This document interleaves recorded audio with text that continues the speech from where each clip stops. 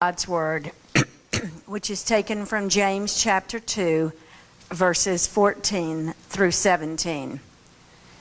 My brothers and sisters, what good is it if people say they have faith and do nothing to show it? Claiming to have faith can't save anyone, can it? Imagine a brother or sister who is naked or never has enough food to eat. What if one of you said to them, "Go in peace, stay warm, have a nice meal"? What good is it if you don't actually provide what their body needs? In the same way, faith is dead when it doesn't result in faithful activity. The Word of God for the people of God.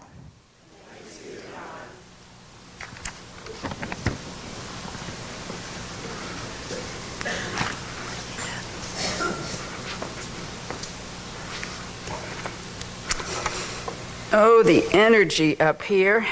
Even the baby dolls were dancing at the beginning of the service.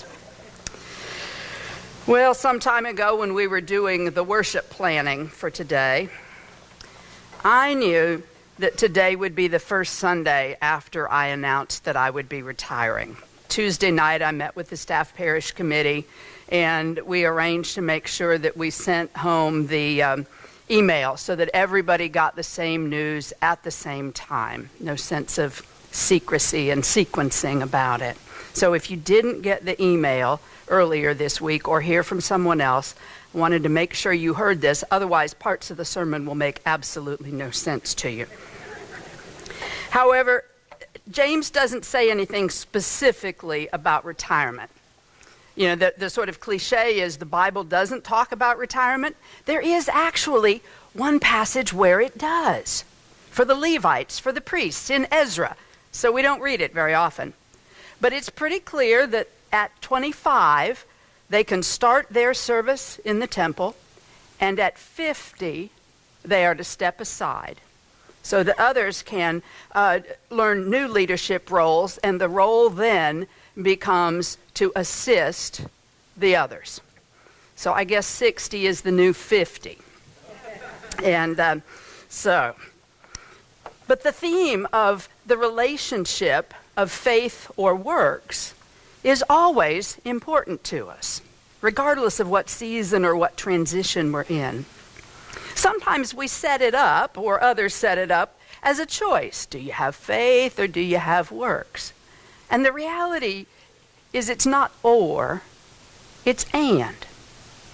Over the years, people have used a lot of different images to talk about it.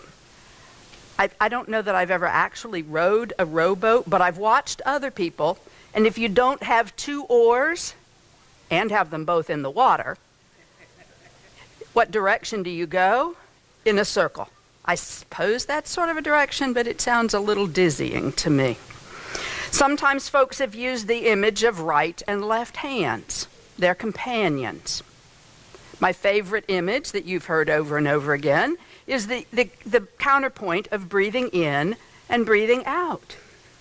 You need them both. And you need the most, whichever one, the opposite of whichever one you did last. You need them in balance, in rhythm. Well, of course, I immediately looked up in my theological dictionary of the New Testament, works. What does James mean by works? We think we know, but it's always a good idea to check. And I did find works and looked it up and thought, oh, yes, this is just going to preach itself. It talks about, the word root is the same word root that goes into pragmatic or practical. Or if any of you have been studying something and they say, now we're getting to praxis, that's a highfalutin word for, let's put it into action. But I didn't find any references to James. And normally that dictionary cites the places where that word's been used.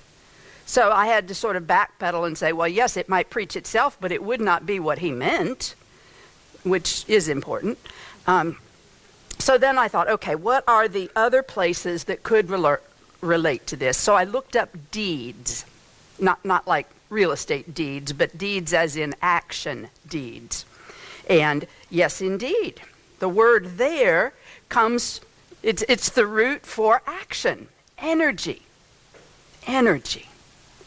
Only James uses a particular variation of it that adds a couple of letters at the beginning, the EU, like we would say when we're euphoric or happy.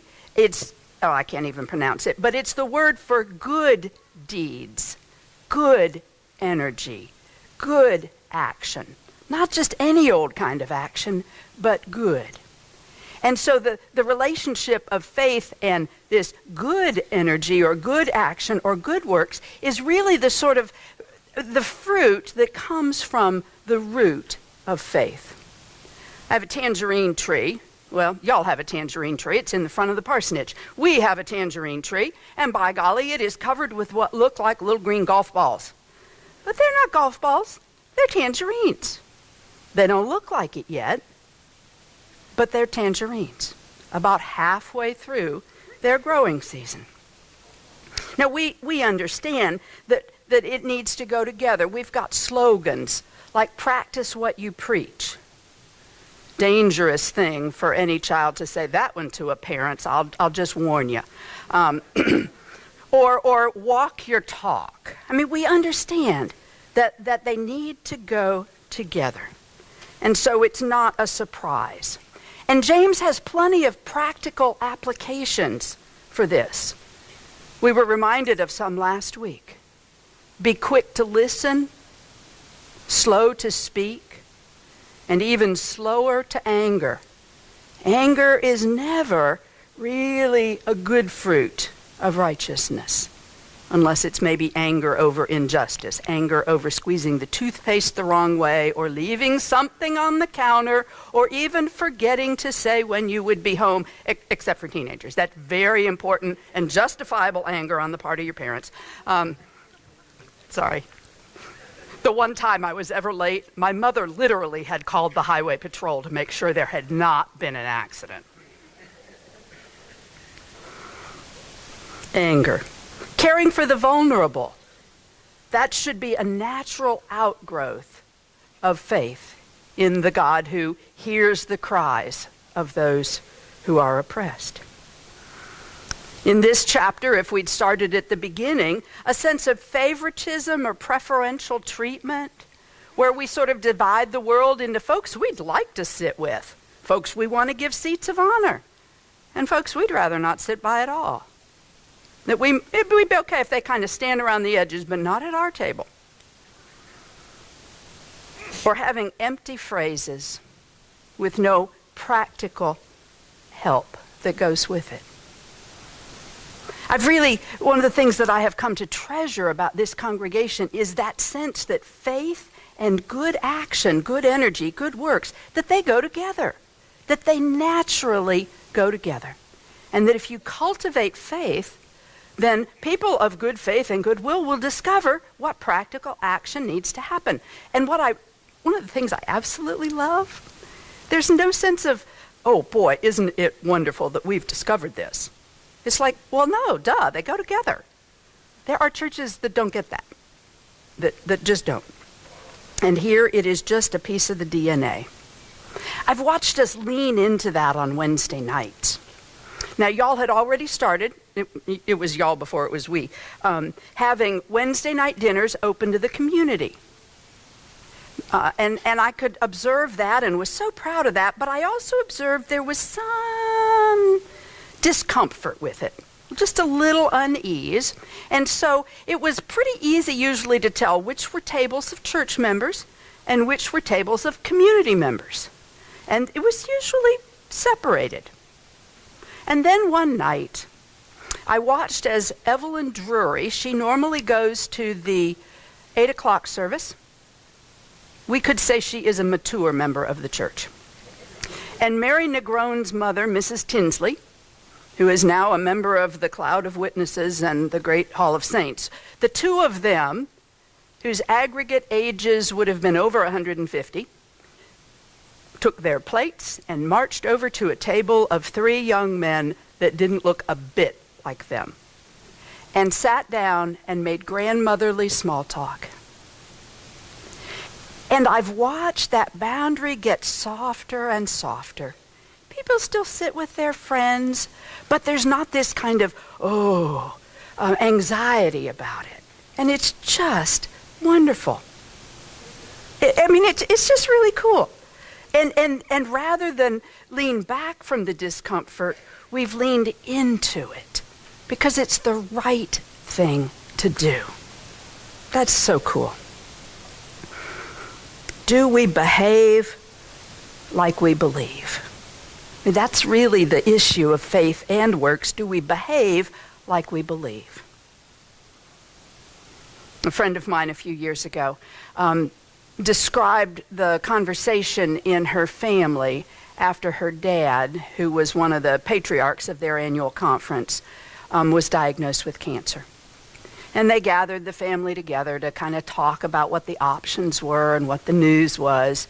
And he said to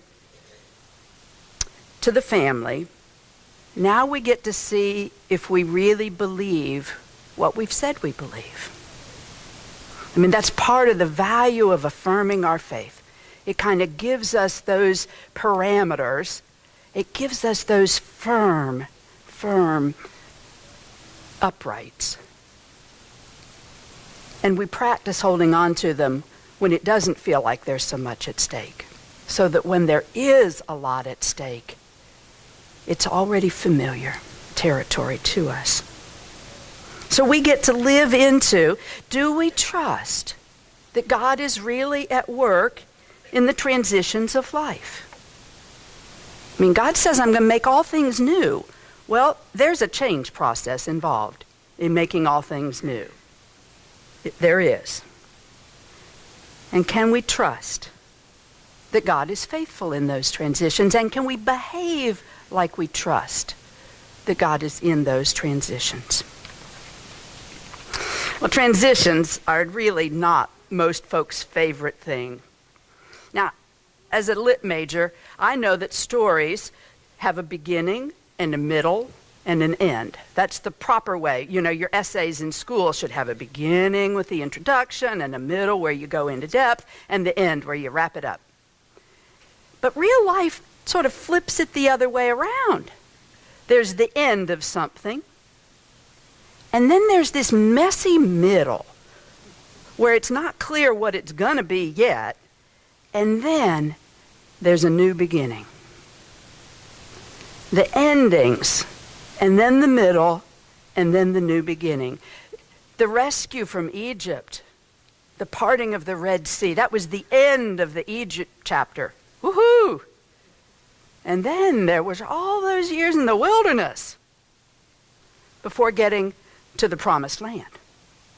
And then even when they got to the promised land, it was like, yay, we're here, we're home. Didn't look like home yet.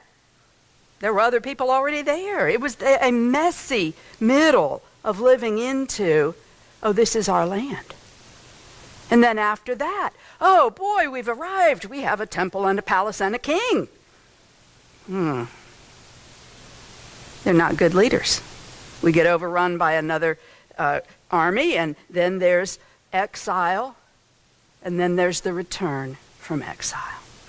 It's the pattern. It's Good Friday and the death of Jesus, and then it's Saturday. Long hours. Now what? And then, only after Saturday, is it Easter. I love our party, but we sort of lose the value of that empty space when we fill it with all of the bouncy houses. Because there's some discomfort in living through the end before the new beginning. And it's that messy middle where we get to see if we really trust that God's at work in this kind of stuff. Now, it helps if we practice recognizing transitions, particularly when they're still fairly small, like being old enough to come up and sit at this table by themselves, or mostly by themselves with each other, starting a new year in school, You know, that is both endings and then the transition into new routines, and then finally a sense of accomplishment and comfort. And then comes adolescence. My gosh, your bodies go haywire. You don't know who you are from one day to the next. Just, it's practice for some years after that. And there's just all this transition. Everybody's saying, what are you going to do when you grow up? What are you going to do when you grow up? You don't know yet. Well, maybe you do, but you please reserve the right to come to a new decision half a dozen times. Transitions. We've got to learn to, if not welcome them, at least not feel quite so surprised that they exist, because they sure do. And if we practice on the ones that sort of aren't as big, then we're more equipped when they are. I've been serving, I guess about the last 2 years, on the district committee that interviews candidates for ministry. And we listen to people's sense of call. And we listen to whether or not the folks who know them confirm that. And do they seem to have a sense of the gifts and graces and skills? And then over time, is there fruit? Now, Drew and Carrie are at the is there fruit stage as they're applying for elders' orders as either a full membership as either an elder or a deacon. But I've sat there sometimes listening to the eagerness and passion of those at the front end thinking, shoot, we need some tune-ups and alignment checks for those of us who've been at it a long time to make sure that all four of those pieces are still tracking with each other. And I've known since I got here, and have joked with many of you about it, that this was my last appointment. I wasn't going to do the whole startup energy thing over again. To learn to love one another is wonderful work, but it's work. Shoot, just figuring out a new grocery store is work. If you add the relationships in on top of that, it's hard stuff. And I just knew that this would be the place I retired from. But we thought that was sort of distant and hypothetical and not in our lifetimes. It's like, no, we want it to be a retirement.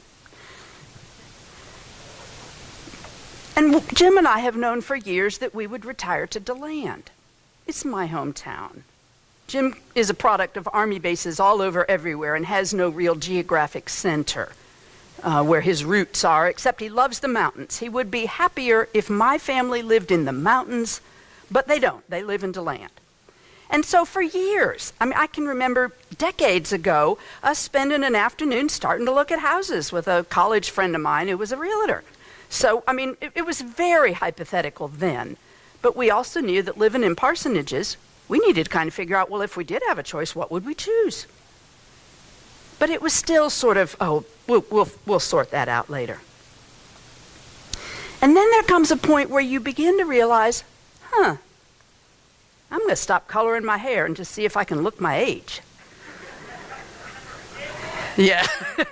There is a simplicity, not to mention a little financial savings that comes with that. But it's also just a sense of, okay, I'm headed into that zone. And then last year, I received the invitation to attend what the conference calls the R-10 seminar. That is retirement minus 10.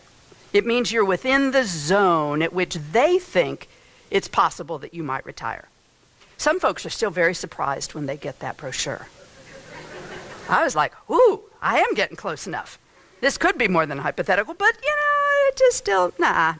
So Jim and I went to that and have been reading books about retirement and asking my older colleagues, who turned out not to be as much older as I thought, so how did you decide?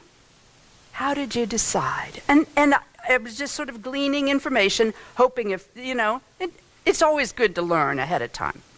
Kind of like Lamaze, You've still got to go through the process eventually, but at least you're not so surprised. Oh, this is what they meant. This is why you breathe now. Yes. And we met with a financial planner. and started thinking about it. But it still seemed distant. It's funny, all these invitations to lean into it, and I was like, nope, we're still building buildings. We're still doing stuff here. And then my health got my attention. And I went on renewal leave this spring.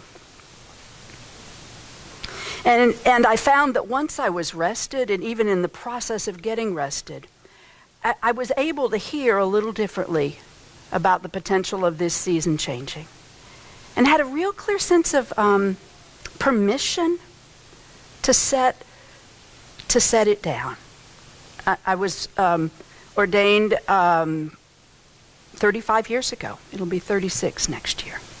And no, I did not start when I was 25. So, and then, but that didn't account for the timing.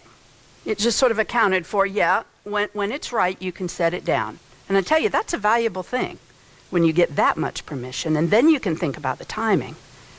And I knew that we'd be doing the capital campaign stuff because we've got to pay the debt on the building so we can get to the next chapter. And as I prayed the prayer that I knew they were going to ask us to pray, I shouldn't sound that resigned to it, but you know the process. Lord, what do you want to do through me? And again, had this sense of finish your chapter well. Stay through the fundraising piece. Stay through Christmas. But it got fuzzier after that. No real sense of you got to stay the whole year. Just get through the sort of final big public piece of this. And so in February, I will be finishing up. So that means I'm an interim from now till then. The conference will send an interim from then until conference. Funny how we use that for both the group and the event. And the DS will be meeting with the Staff Parish Relations Committee starting this Sunday over lunch to begin the conversation of discerning what is the next chapter here. Because friends, that's a dream that belongs to the congregation. Need to be able to partner with the pastor over that. But it is an irresponsible attitude to say, oh, we'll just wait till the next preacher gets here and they'll tell us what to do. I mean, that does not give rise to what is God calling this congregation to do and be in the next chapter. One of the things that I realized was that if God wasn't giving me a sense of energy about that chapter, that maybe wasn't my chapter. And that this one was. Not too many folks lie awake at night thinking, ooh, how can we firm up the infrastructure and bring up to code our financial processes and our software systems and all that kind of geeky stuff that make a huge difference for our capacity to care for one another and reach out to the community, for our capacity to grow disciples who just naturally produce the fruit of good action and good energy. This is a fabulous, fabulous congregation. And I have been immensely grateful and continue to be grateful for the chance to journey together. And we're not done yet. Well, we got another 4 or 5 months to go. But it's a different season because we know it's a season of discernment and transition. And that means we get to see if we can behave like we believe what we say, that God is trustworthy, and that God is able to bring something new out of this, and intending and already at work to bring something new. We get to see if we can behave like we believe that we can trust God with our futures, together and individually. And then we get to walk through this chapter together.